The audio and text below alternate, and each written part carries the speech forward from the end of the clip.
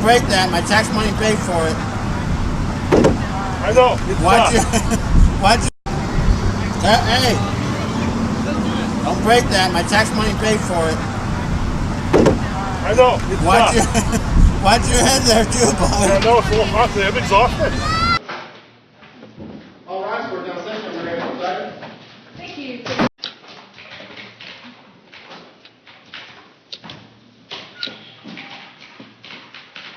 I'm exhausted.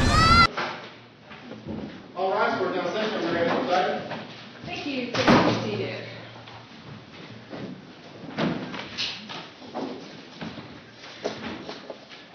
Good afternoon.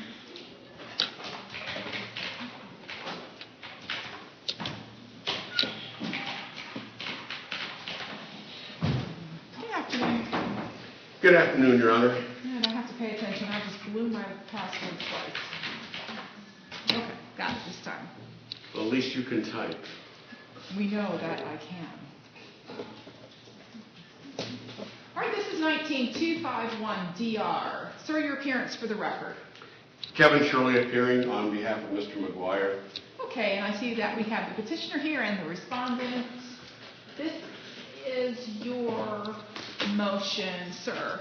Yes, Your Honor. If I may, obviously there should, I've been doing this for 37 years, and it's always kind of a strange position to find yourself in asking for a rehearing and saying that there was a mistake during the original hearing. And yet it's your job. And it's my job. And in all candor, Your Honor, I've listened to the audio of the hearing from a couple weeks ago.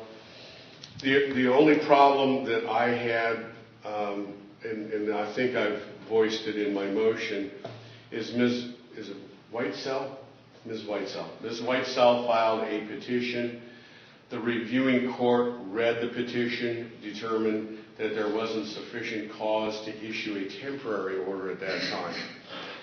The notice that is sent out to the various parties, although says, however, if you have additional allegations, we'd be happy to entertain those. Unfortunately, Ms. Whitesell, through no fault of her own, didn't have counsel and didn't have anybody advising her, so she didn't file any additional allegations. When it came time for the hearing, Ms. Whitesell obviously reiterated her allegations. If I recall from the petition, she said in the petition the first one was the 16th of February, but actually it was the 9th. And she does mention an event on the 9th. So we have the 9th and the 16th. However, if the court will recall, there were two other events that she testified to, which would be the 23rd of February, and then the last event, which kind of was a non-event, but nevertheless was testified to by Ms. Whitesell, occurred the following weekend. So we have two other incidents that were not reflected in the petition or in a supplemental petition, but were attested to by Ms. Whitesell in court. The problem that I have with that is I believe Mr. McGuire, due process requires that he be notified in advance of the allegations against him. There was no way for him to be advised of the allegations against him on the 23rd and the following weekend.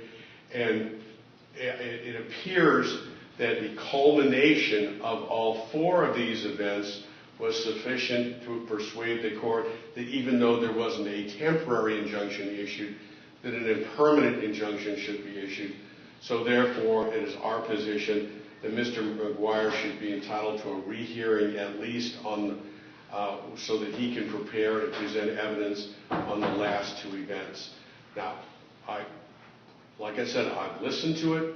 The court inquired of Mr. McGuire. Obviously, the parties weren't cross-examining each other or anything like that. It didn't really appear that that's the direction that the matter was taking. Nevertheless, it's our position that Mr. McGuire was not adequately informed of all of the allegations against him in advance. And so at a date, not today because we're asking for the rehearing, but at a later date that he should be entitled to present evidence contrary to the evidence Ms. Whitesell presented in order to defend his position. Now, you allege in your paragraph 5 that he failed to timely object. Isn't that really the whole crux of this matter right here? I mean, if he had counsel with him and counsel failed to object, we wouldn't be having this conversation, would we? No.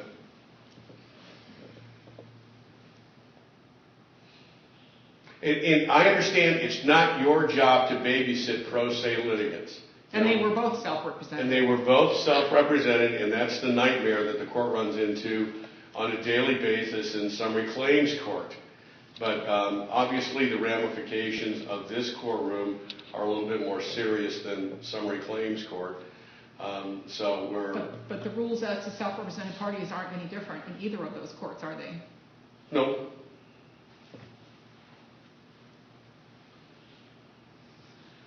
Okay, ma'am, did you want to say anything this afternoon? All I can say is, I want this over with. I've had enough. And a video came up of the audio of the proceedings. It was on YouTube. Now, it was since been taken down, but it had your face out in 15 minutes, and it had my face on it, but it had the whole audio. But your specific words were no video or audio recording. And for it to be put on YouTube, I don't see how that's legal. Somebody did that.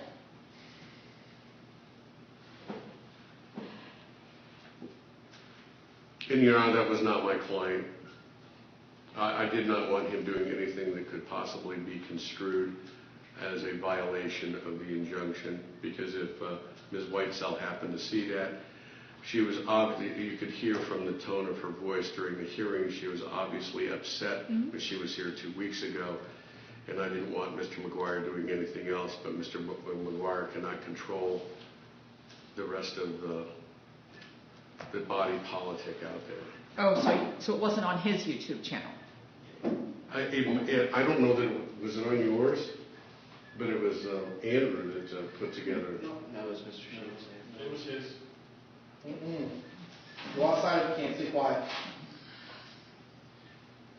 Well, This is 7th grade. not that I can do anything about it right this second, so that's not what we're here for.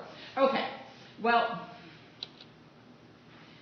certainly I want to give you the opportunity to argue your motion to set aside the final judgment, and